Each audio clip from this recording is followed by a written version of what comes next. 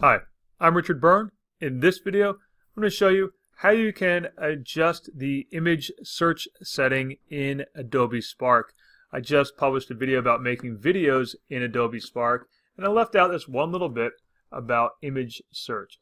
So if you're signed into your account, go into the upper right hand corner and click on your profile icon, then choose Settings.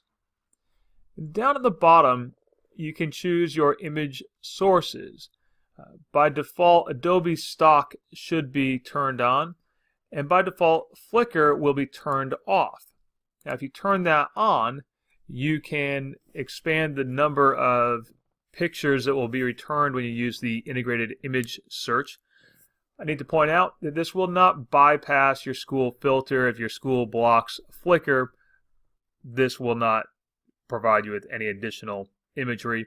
And also keep in mind that even though they only return content that has a safe tag on it, there is still the possibility of some things you don't want kids to see sliding through that filter.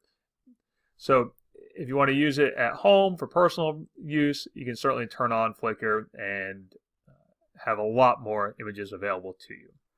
So that's how you can alter the image search settings in Adobe Spark.